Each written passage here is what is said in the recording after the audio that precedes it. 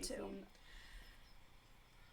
People pleasing and people pleasing in the almost fawning response. So there's, fight, flight, freeze, and fawn. The fawning response leads to people pleasing, and it stems from, trauma. And essentially, like, if, and it leads into people pleasing where you put your needs aside and you know, you're on the back burner and this person's needs matter more than mine.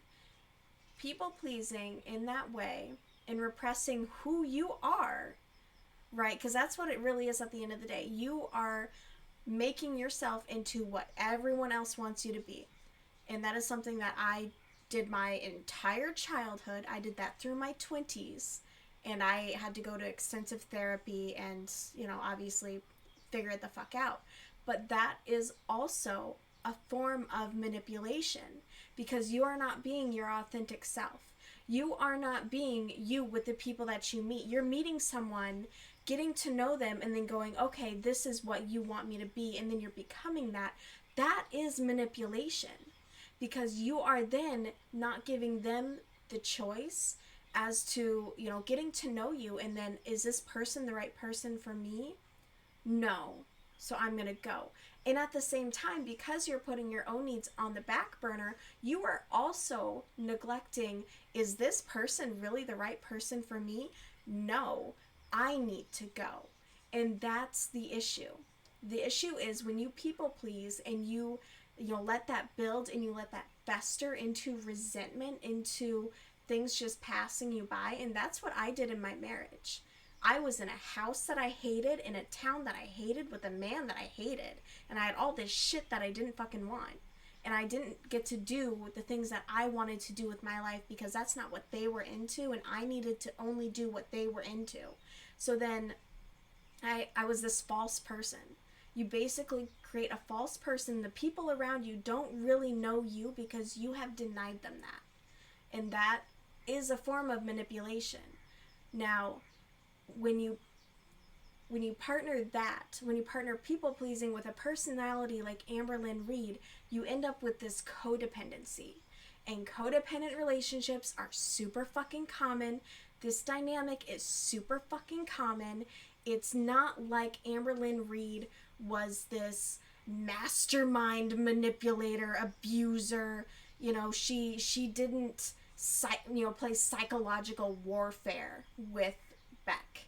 And that's what the community is acting like. Like she played some crazy psychological, game. And it's just not true. It's not real. The codependency dynamic that these two have is so common. It's so common that this whole arc, this whole drama has been boring because now you have these three exes. You have Beck, you have Destiny, you have Casey, and they're all coming out and they're all doing these interviews with all these different reaction channels of, yeah, she was so bad and she was so mean and she da da da da da da da da da. Okay, it's so weird that these are relationships from when she was 18 through her 20s, and they're all drudging it up. It's weird. It's parasocial. Girl World has gone down this parasocial rabbit hole, and it is gross. We've brought in Kiwi Farms to the front fucking page when Kiwi Farms used to be like, oh god, you hang out on the farms, and now everyone's balls deep in it, bro. It's so gross, and I'm so over it, and it's just I don't think this live is gonna go. I don't think it's gonna go well for her. I think she should have done a very structured video where she could have taken the time to pop up the screenshot. Here it is. This was the interaction. Here is the half truth. Here is the, whatever it is. This is what people are saying. This is what actually it was. I know she's trying to move on. She's so far removed from this. She wants to grow. She wants to be better. She's going to therapy. She's reconnecting with her family. I don't think this is the way to go about it, and I don't think they're going to be kind to her. but it's particularly because there's already people in the chat being like, oh, that's photoshopped, oh, that's fake, oh, you're invalidating Beck now, oh, it's just like we're getting one side, and the whole community is being like, yes, that is exactly what happened, they're a monster. But a relationship is two sides, and the truth is somewhere in between. That's all it is. And this has been lame and ludicrous and gross, to be so honest. Just gross. The clipping and snipping that these reaction channels have been doing is even Snowflake. I liked the Snowflake documentaries, and now I just kind of like, I don't really fuck with them anymore, because he accused Amberlynn Reed of being a pedophile, and he took a snippet of one of her ex-girlfriends making a joke about Amber being attracted to someone who was underage, and then he clipped it at that.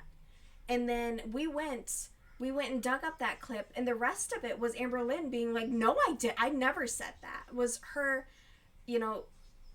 but instead he's like, oh, and her ex even alleged and said that she was attracted to this from the show Roseanne. She was like, oh yeah, like, it's not true, and it's weird, and it's gross. Those are serious allegations that need to be